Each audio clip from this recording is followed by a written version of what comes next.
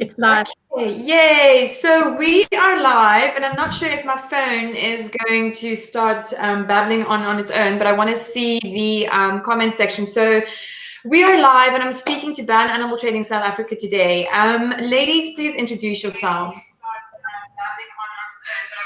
Okay, see, there it goes. Yay, okay, sorted. Ladies, please introduce yourselves. I'm Smaragda Low, and I'm a director and the chairperson of Ban Animal Trading. And I'm Kathy Raffray. I'm also a director with BAT, Ban Animal Trading.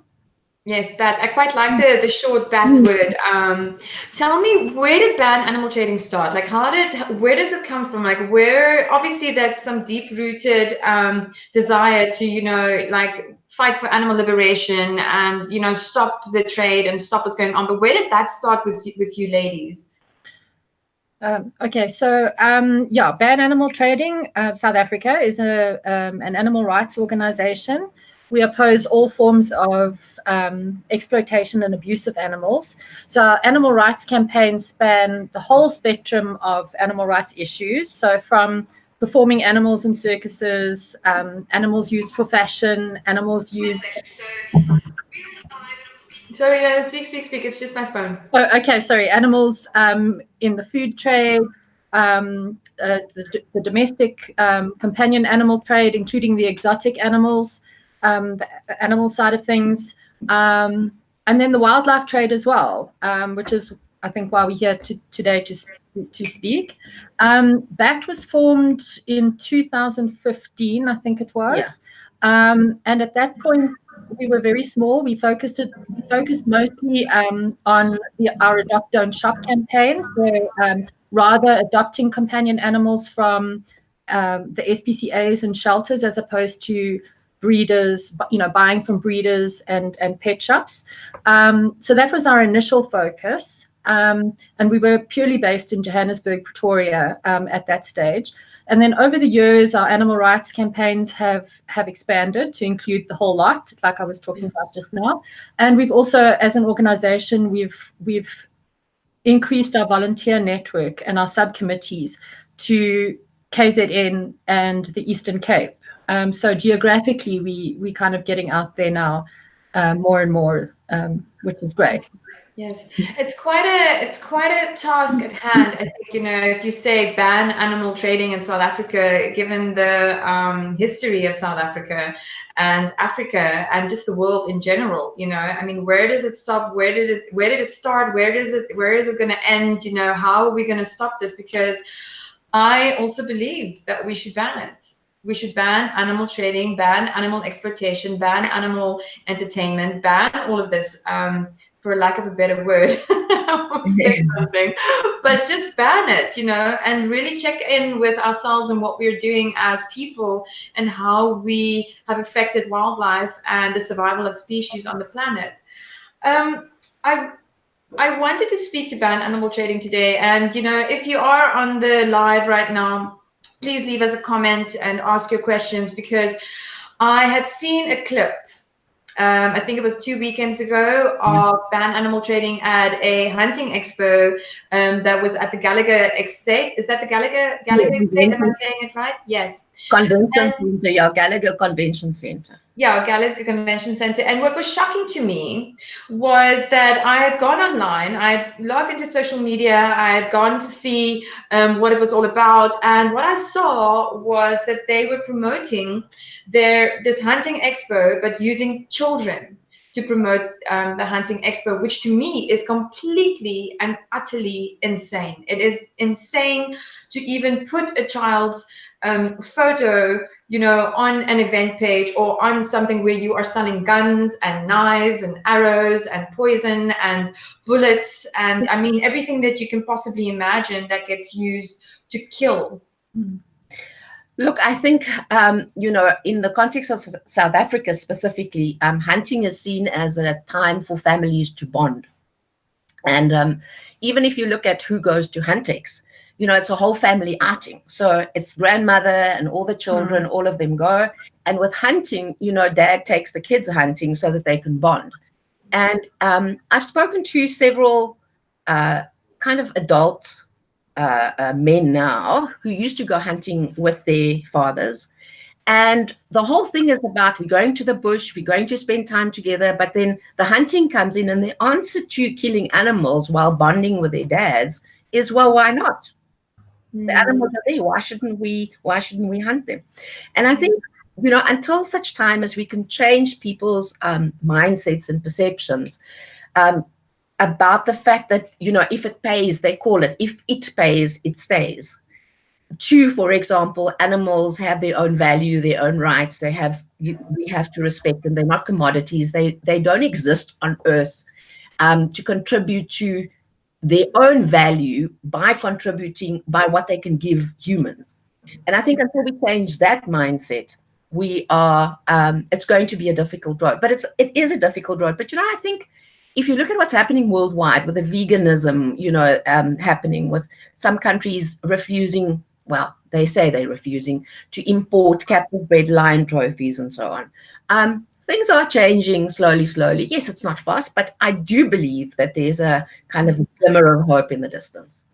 Yeah, we have to believe, and talking about the bonding, I mean, I got raised in a family where people hunted, and, we would go to the farm, and I always wanted to go with. I always wanted to be sort of like, close to my dad, but not necessarily to go and hunt, because I found that to be extremely sad, even as a child. It was too much for me because I couldn't quite understand what the sport was about, but I really wanted to be, included. And as a girl, we weren't, I wasn't allowed to go and go out with the guys and be on the bucky and, be around all that, but they would let the boys do that. And a few weeks ago, I made a post. Some people will resonate with it, some people won't. I said, if we raise children to become killers, species go extinct.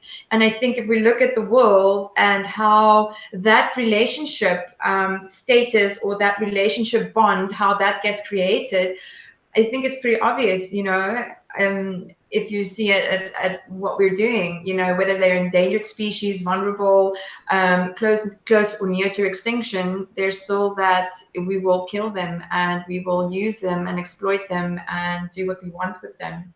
Hunters use so many different reasons to justify what they're doing. So first of all, they will say that the Bible says they have to kill, right? Yeah. Somehow, most of the hunters are Afrikaans Christian people. And so that's why they will use the Bible as justification for having to kill animals. Others will say, well, if we don't kill them, then there are going to be too many of them. So basically what we're doing is we're contributing to conservation, because we are taking the land back from the cattle farmers so that we can raise these animals. But what they forget to mention is that this is actually a business. It's got nothing to do with conservation. And if we weren't making money off it, the whole conservation story would fall off the planet. That wouldn't even be mentioned at all. So what they're doing is the same as what the people do when they breed lions to be canned hunted. It's the exact same model. These are just other animals who are involved. Yeah. And, I don't believe in the conservation thing as well. I think it's the biggest con ever. Like, even to name the word conservation to me is just con. That's all I hear. Because, it is about money, whether you like to admit it or not. In the end of the day, everything on this earth, it has been set up in a way to exploit some sort of natural resources or some sort of, animal species or whatever it is about the money. But they actually admit that. They say, if it pays, it stays, and that's their business model. Yeah. So you had something happen at the huntings. I mean, I have questions that I want to ask, but I'll ask that after you've told me the story, because and I want to start here. Your banners and your boards and your messages that you use, so these are quite confrontational, I think. I saw one that says, what was it? Posing with a dead corpse is disgusting, or something like that. So these are the things that we read online, and we read that, with people getting angry on Facebook or social media, when they see these animals that have now been killed and shot, and you have this hunter, coward, in my opinion, standing over this body and now posing, or, even couples kissing over the kill that they've just made. So for me, it's truth You can't hide it. There's no nice way to say it. But yet, people that do this and see these banners feel so offended by it. Yes, they do. They absolutely do. It's like trying to say to somebody that you really, really don't like, I mean, how do you say it? I just don't like you. Well, you see, there's no way to get around certain things. And if you're doing something and people are calling you out on it, okay, using exactly what it is, why are you getting angry with it? But explain to me what happened. Explain to me what exactly happened, because my friend, your life was threatened, I think, at the expo by somebody. Kathy, do you want to just explain what happened, and then you can take it from there? Okay, so we were protesting, and then I think Smaragda was on the other side of the road taking photos back at us, so of the actual protest, and this guy came from the same side of the road as her, so from the Huntex Expo side, stalked across the road and started. Well, he actually climbed in with his fists to one of our protesters and started, bad-mouthing and swearing and whatnot. And then Smaragda came across the road very quickly. I was very surprised at how quickly you got across the road. Speed. And she kind of wedged herself in between our protesters and this guy and just repeated over and over again, go away, go away, go away. And the more she was saying go away, the more angry he was getting. Anyway, that carried on for a short while. But luckily we had the JMPD, the traffic police, with us. As part of our protest permit, we get a car assigned to us for our protection and to look after us. So that policeman reacted quite quickly and grabbed the guy and kind of took him to the other side of the road where his family was waiting for him. Oh goodness, and so sorry that I said referee. I actually meant Smaragda, but so I apologize on that. But yes, because the footage that I saw was it was extreme. Like, this guy was extremely violent, and his whole approach and how he was standing and how he was threatening and the words he was using, and right up in the faces of the protesters, and Smaragda, he got his face right in there. Yes. He was very, very, very aggressive. And I think the reason for that is, like you say, our posters are confrontational, but nothing good for animals has ever come through working together with hunters. Nothing. There's no reason for us not to say to them, you liars. There's nothing about conservation in your whole killing of animals model. You lie about that. And yes, you are a coward, because you go against an animal who's been caged, who's been habituated to humans, and you go with a gun, and you're a coward. Of course you're a coward. They don't like being called out on that. It makes them feel, it riles them up, because you're literally throwing into their face the opposite of what they stand for, and they don't do that. Yes. Because people like to believe that we're good. Inherently, we want to believe that we're good. Okay. We have our families. We love our families. I have a wife. I have a husband. I have children. We all love each other. But yet there's that element of the human aspect, that somewhere along the line, we made it okay. We started believing that what we are doing is okay. And it's not okay. And then if we want to get really down to the nitty-gritties, and you start analyzing the words, what is hunting, what is killing, what is murder, what is slaughtering, what is skinning, what is it called when you take a life, what is sentient, the definition between animals and humans. If you really go to the Oxford Dictionary or the whatever dictionary, and you start looking these words up, then if we want to be factual about things, then that is what you are. And that is what you are doing. And that's the act of it. Absolutely. And what they also don't like is the fact that we compare what they do to animals to the slave trade, to apartheid, to keeping humans in zoos so that people can walk at them. And basically the whole model of animal, changing animals into commodities or viewing them as commodities is exactly that. It's oppression. Because they are different to what we are. We believe that we have the right to put them in cages, to hunt them, to kill them, to eat them, and to wear them. And it's exactly the same as what we've done with humans after the past, I don't know how many years, hundreds of years or whatever. And those things have changed. And I think it's so difficult for people to change their mindsets, their, what they eat, what they wear. It's very difficult. And this is why we're getting so much opposition. And people are getting filthy rich by changing and making commodities out of animals, and they don't want their businesses and their riches threatened.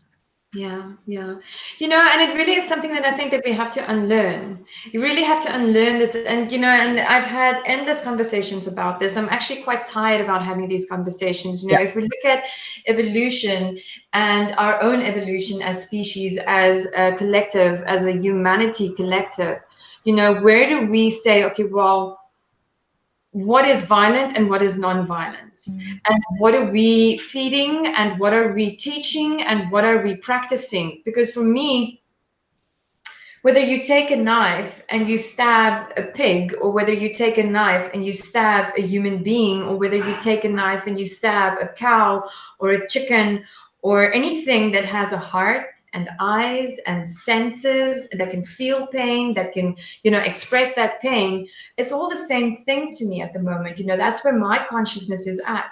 So I also don't really feel like having the conversation of, the whole carrot thing.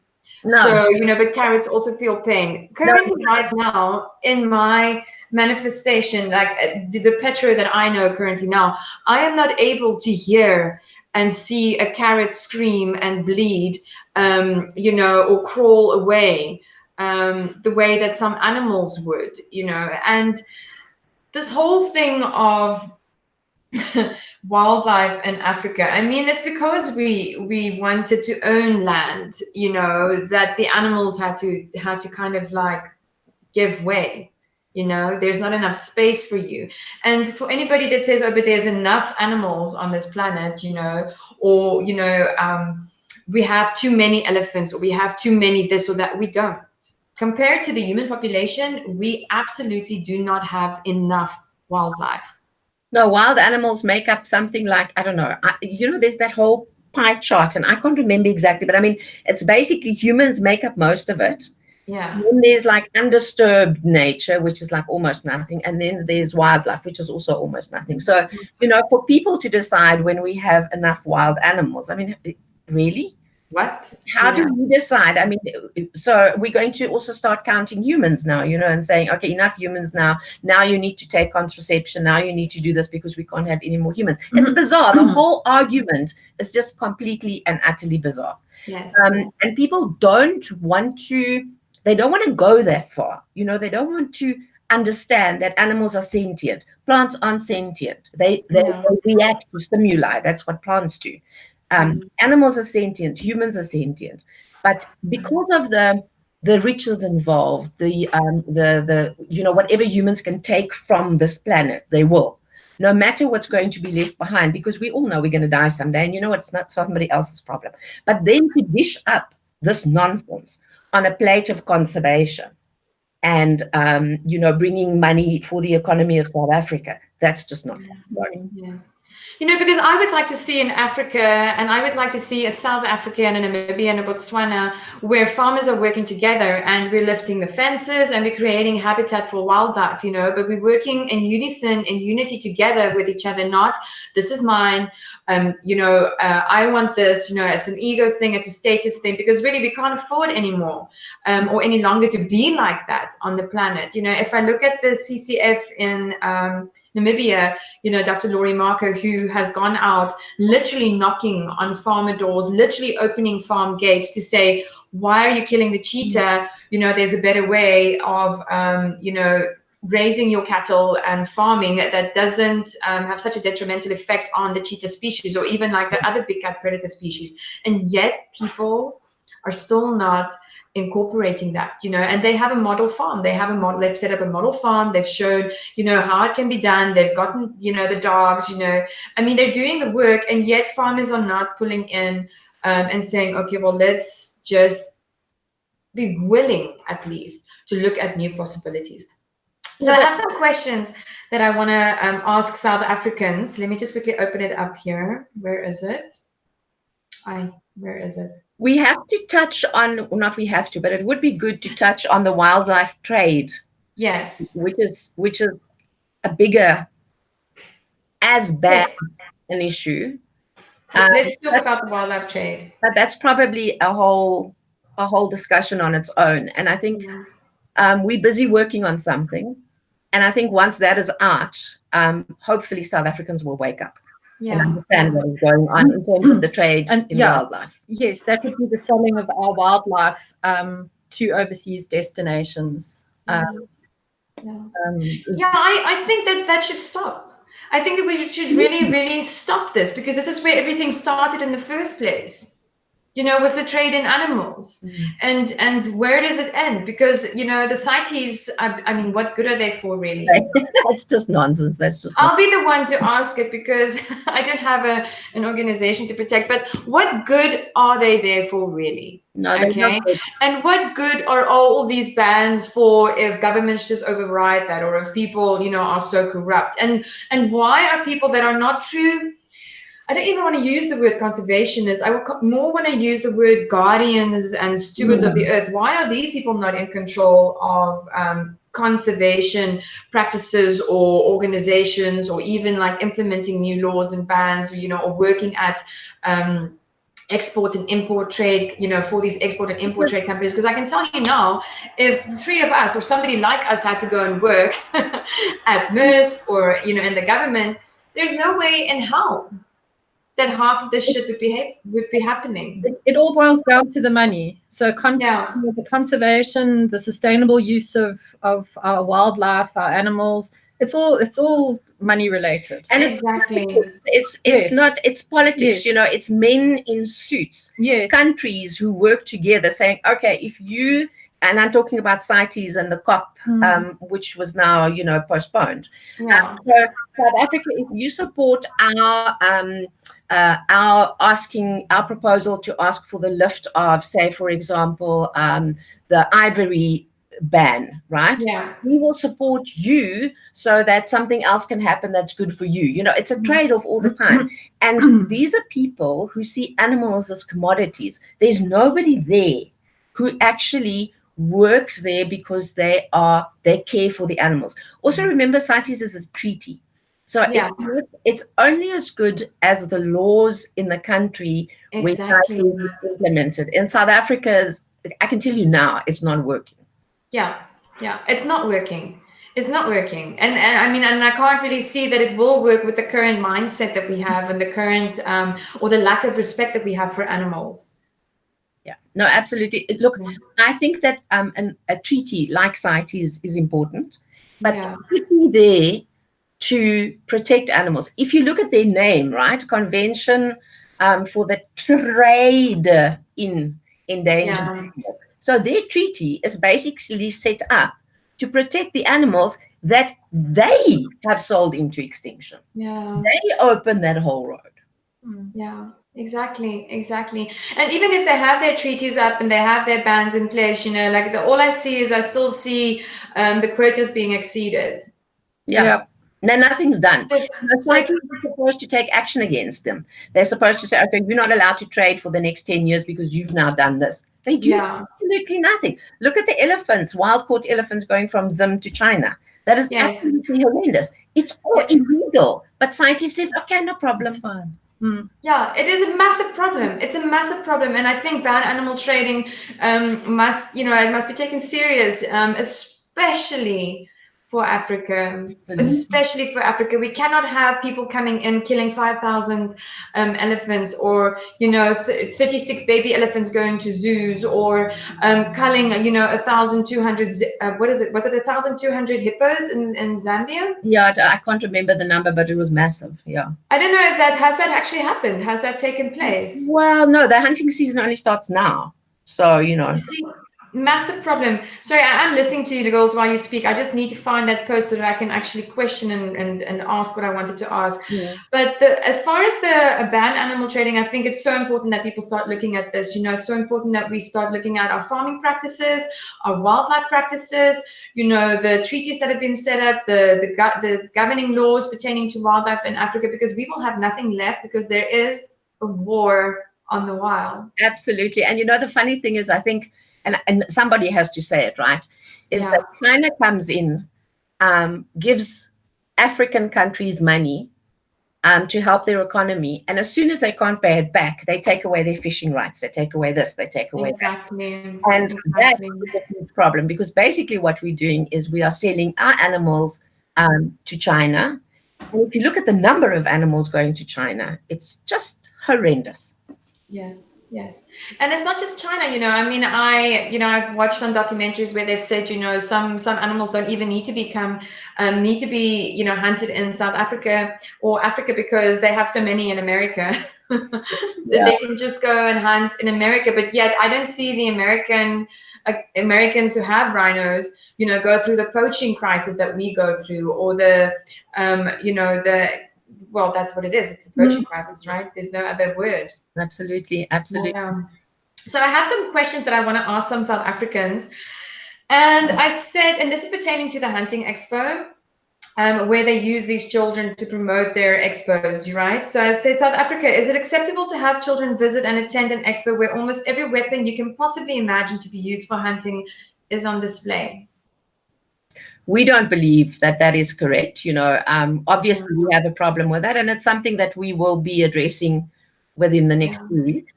Yes.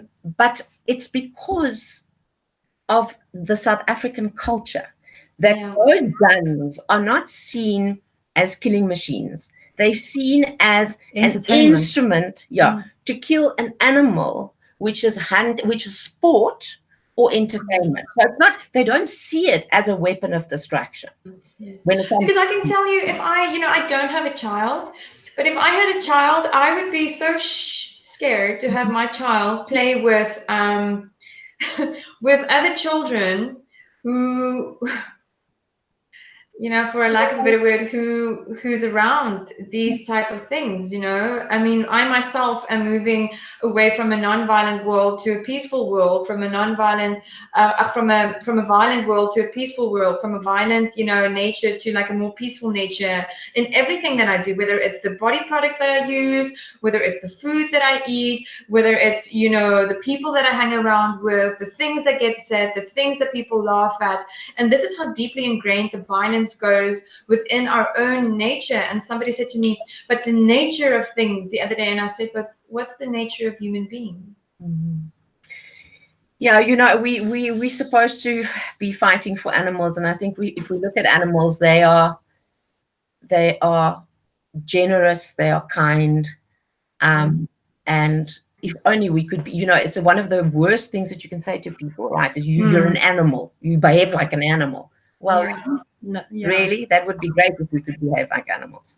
Yeah. No, I mean, if somebody says to me, you behave like an animal, I'll be like, oh my God, that's such a compliment. And then South Africa, is it acceptable to have children see and be in the company of weapons and people who use these weapons to hurt, torture, kill, murder, skin, slaughter another sentient being? And then I said sentient being, animal, a living organism that feeds on the organic matter, typically having specialized sense organs and nervous systems and able to respond rapidly to stimuli.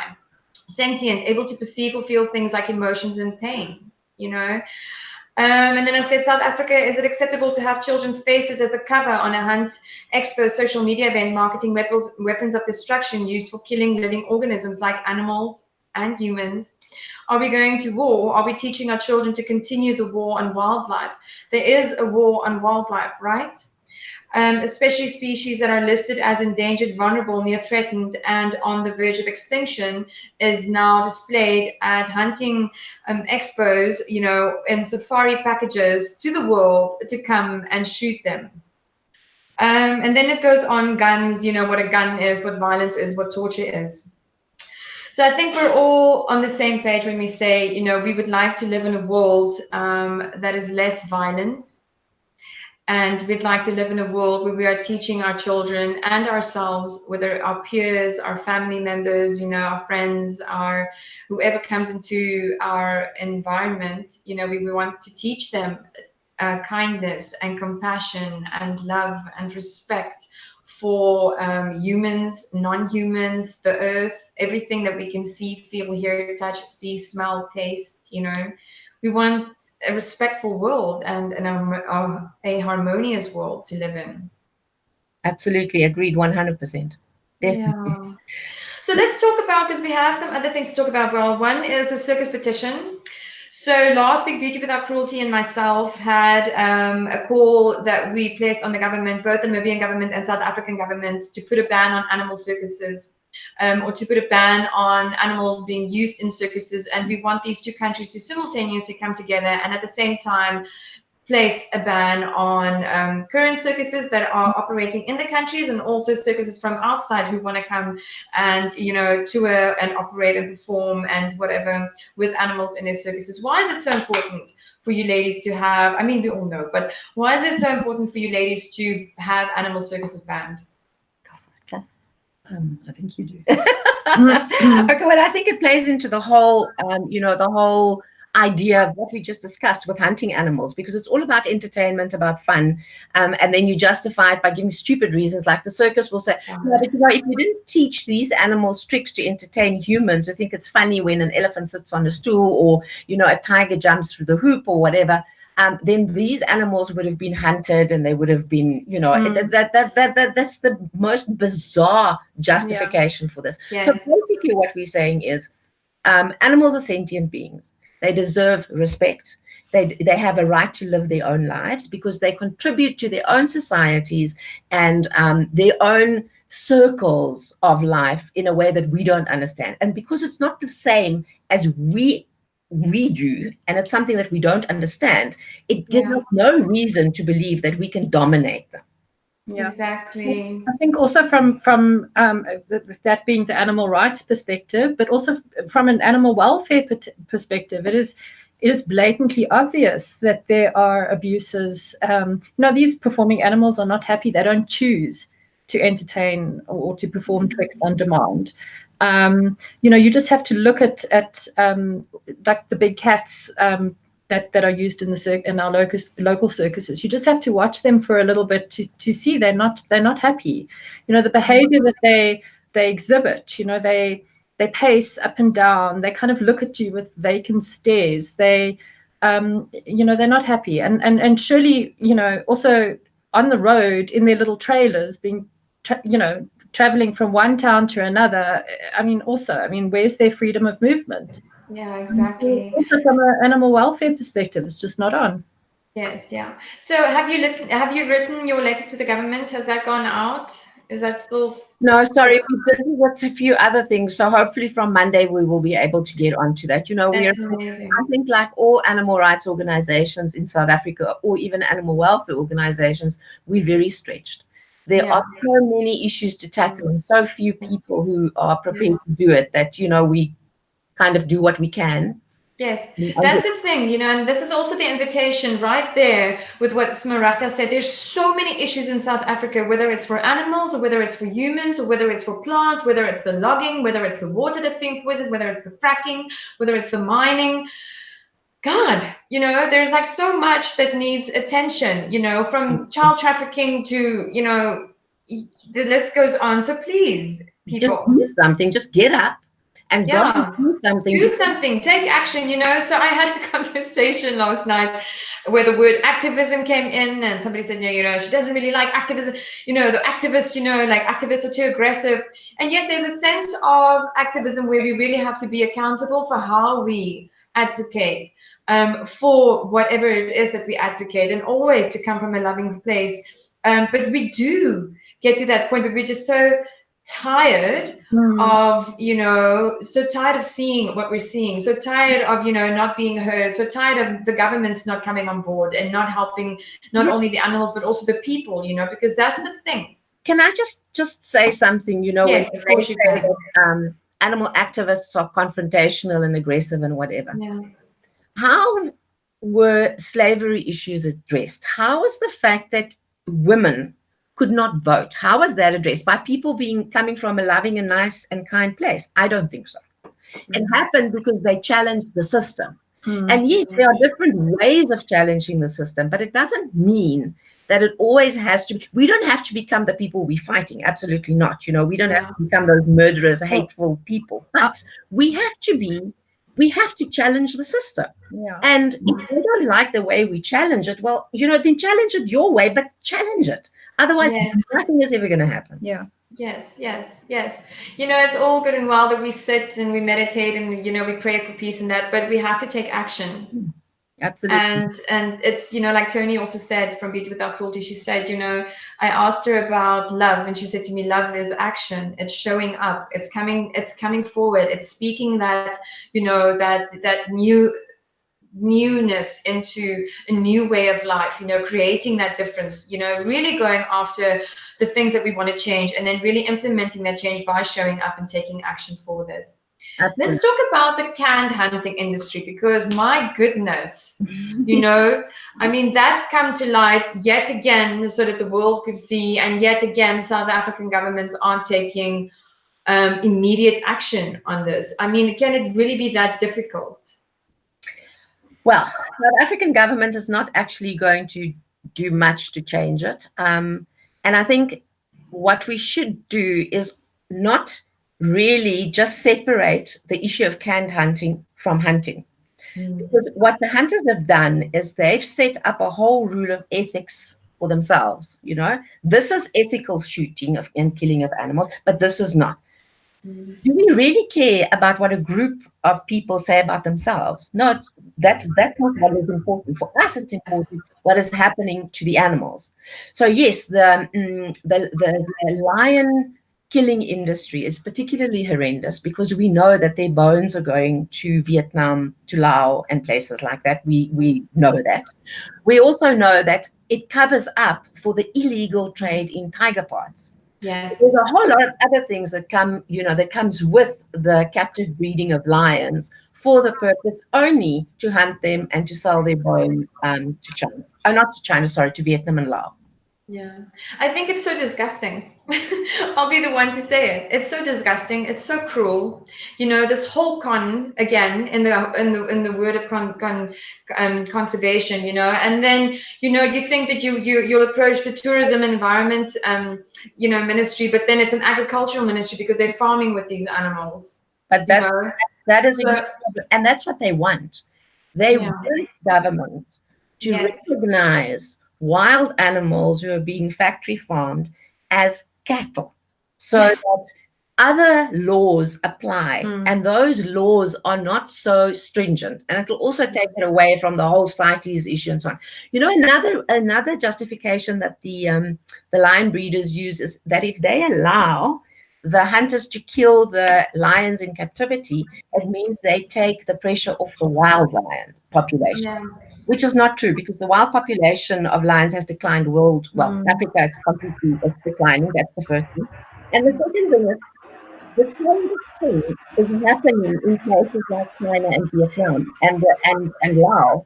And that is that people actually want the body parts of wild animals because they believe they are more potent than the body parts of captive bred animals. So there's no research that shows that having captive lions is actually assisting in the growth of the wild lion population. Yeah, I also didn't think that is. I think that's just a story, you know. And here's my question to Asians and the end market, the end consumer, to China, Taiwan, you know, America, wherever these products end up.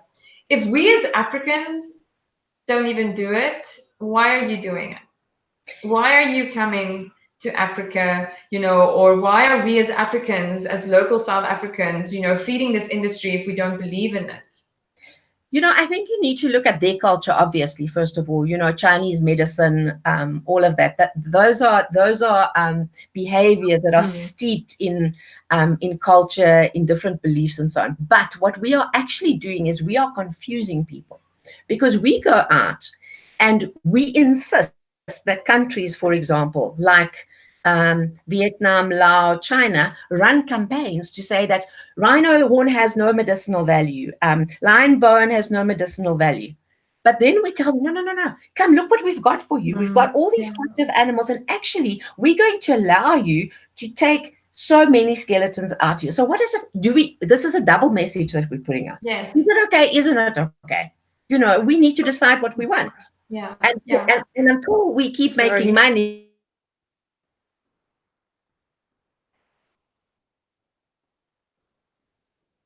So it would appear that I have lost them, but hopefully they'll come back in a little bitty. So for those who don't know, basically the captive breeding industry, not only are they using lions and lion bone to replace tiger bone, but they're also breeding with lions. They're breeding lions and tigers to create heavier bones called ligans or tigons. And then they're killing these animals to supply that to the Asian market. We lost you. Yes, we did. My battery died. Oh, sorry, but you're back online. So please continue from where we lost you. Yes, talking about the whole confusing people. Yes, what we're doing is we are confusing people and different cultures. So until we decide that animals deserve more than just the value that we put on them for whatever monetary value they bring to us, until such time that whole thing changes, we are going to be sending out a confusing message to the world. Unfortunately, that is what we're doing. But it seems to be okay because we're making lots of money. And not we, individuals, are making lots of money. And none of that money is filtering through to the poorer communities, to help with hospitals, schools, things like that. None of it. Yeah, that's also the lie. That's also the lie that they want people to believe. We're going to do the conservation thing. We're going to breed these lions. It's going to be amazing for the species. It's not amazing for the species because, number one, a captive bred lion cannot go and breed with a wild lion now due to the genetic dysfunction or the genetic, what's the word that I'm looking for now? We know what we want to say, right? Yeah. And then there's the aspect of I find it so absurd. I just find the whole canned industry, trophy industry, the hunting industry so absurd. Like I think it must be banned and stopped immediately. Yes. Look, we are against trading of animals in any form, absolutely. And until we cannot stop challenging the status quo, the system that allows this, because only through challenging everything does change come. Yeah. So I guess the invitation would be for anybody who really loves animals. And I also said this before. I said, don't use the lion's name in vain. It's like, don't use God's name in vain. Don't use the lion's name in vain, by putting a lion logo on your business or, using the lion slogan or like the roar of the this or the that. If you are not contributing to the successful rehabilitation of these captive bred animals, is take your money, use it, go and buy land, get these animals out of this sort of like enslavement system that they are being held captive in, and away from the trade, and take care of them, So if you want to call yourself a lion, or if you want to call your business, some sort of have that connection to that lion species and the lion energy, is come forward and come and rescue these lions. Because I, for one, would like to see the billionaires or the people who say that they love animals really come and be the guardians and the stewards and act as guardians and stewards over these animals. If I had the money, I would buy these farms myself, and I would take care of these lions. I don't have the money, so here we are. You can always donate your money, to the organizations who want to go and help these lions. You can always challenge the government, write your letters and say, that this must be banned, a ban must be put in. And not just the ban, but that also further education happens, in the countries where they are putting the demand for these animals products.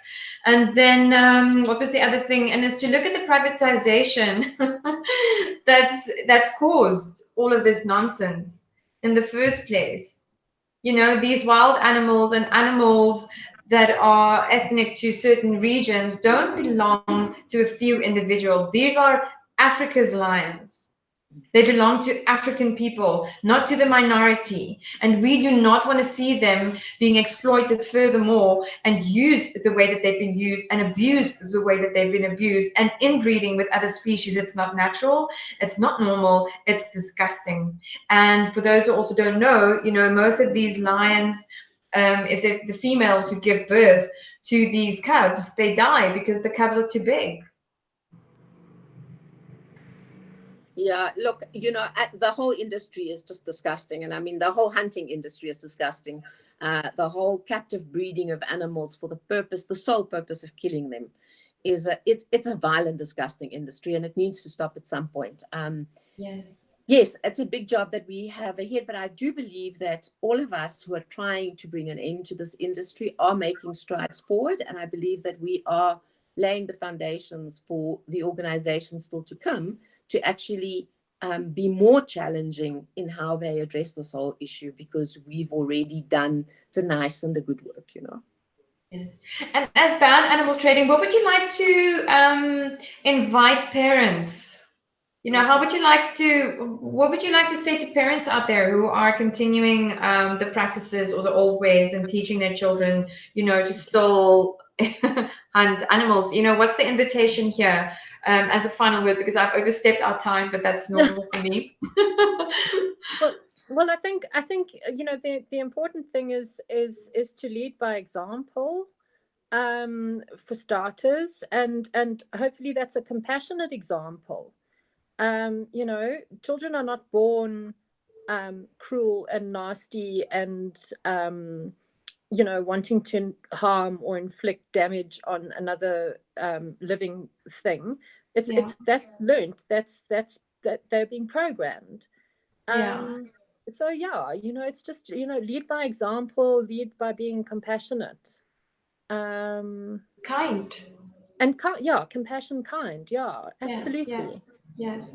And I think, I'm just going to add another is, please, moms and dads and people that are, thinking of having children, is consider going the alternative route and becoming better than your parents and better than you, and then raising your children to be the next generation who are completely in love with every single species on this planet without that need of having to own and take and destroy, is to really look at what you are teaching your children. And if you are in that category where you are taking your children to these hunt-tech shows and teaching them to kill, please consider a different path.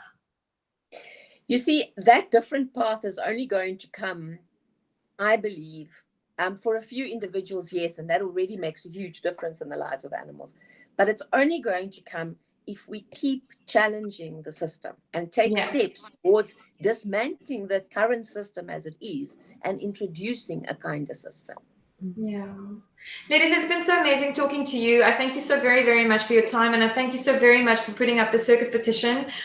People, please go to Ban Animal Trading South Africa, the website, or the social media. Speak to Smartha or Kathy. I always wanted to say Raffray again, but speak to these two ladies, speak to their volunteers, find out where the petition links are. I'll include one into this link as well. Also, if you go to my website,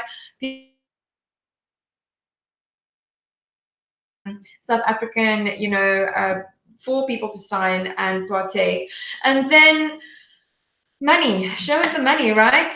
Any organization requires money to go forward and do the work that they do. And I think, if we are going to say that we love animals and we want to ensure the survival of the species going forward, is that we really look and invest in wildlife and not in conservation, but in wildlife and rehabilitation, restoration, and that we can up the numbers, not down the numbers, and not give in to nations and African countries, neighboring countries who are now putting all sorts of crazy implementation in to kill their elephant population. So support Ban Animal Trading South Africa. Don't teach your children to become violent, because when you teach them to become violent and killers, then we lose species on the planet. And my hair is looking like this because I feel like this when you're talking about this. But really, really, my invitation, I think, from the three of us today is just look at what you're doing. Take loving action, peaceful action. And it is not okay for somebody to threaten you. It is not okay for people to go and continue killing animals. And love is action. And I quote Tony Brockhoven from Beauty Without Cruelty. And we hope that you will join us and ban animal trading with our, it almost seems like an impossible task, like the impossible dream, you know, but join us and open up your hearts and really look at being compassionate and kind towards animals. Ladies, is there anything else from your side?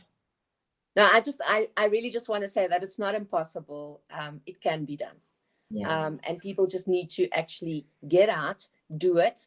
I understand that people have time constraints and so on, but whatever little bit they can contribute in terms of time, in terms of their voices and whatever, that is what is needed. Otherwise, nothing will ever change. Yeah, contribute. And I think from my side, ban animal trading's, what do you call it, slogan or strap line or whatever it is compassion in action. And I think every single person is capable of being compassionate in some way, shape, or form. And we just need to concentrate more on, you know, expanding, you know, doing more kind things, putting more kindness into action. Yeah.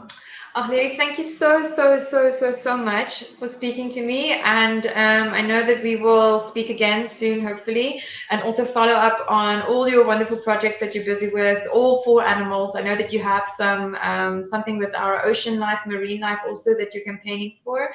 So the website is ban animal trading, right? Yes. Ban animal trade. Bananimalcircuses.org. Yes, .org. So I will include a link if I haven't already, but I think I have. Yes. But I will include a link and also include the petition link in this. And then thank you so much for your time. Thank you so much for speaking to me. And please share, like, subscribe, and follow everybody that I speak to. Also go back and watch the previous videos and come back and watch the upcoming videos and help us. Thank you so much for your time and for the opportunity. Really, really appreciate it. Thank you. Thanks, PETRO. Thank you so much. Thank you so much. Have a beautiful, beautiful day. You too. Okay, bye.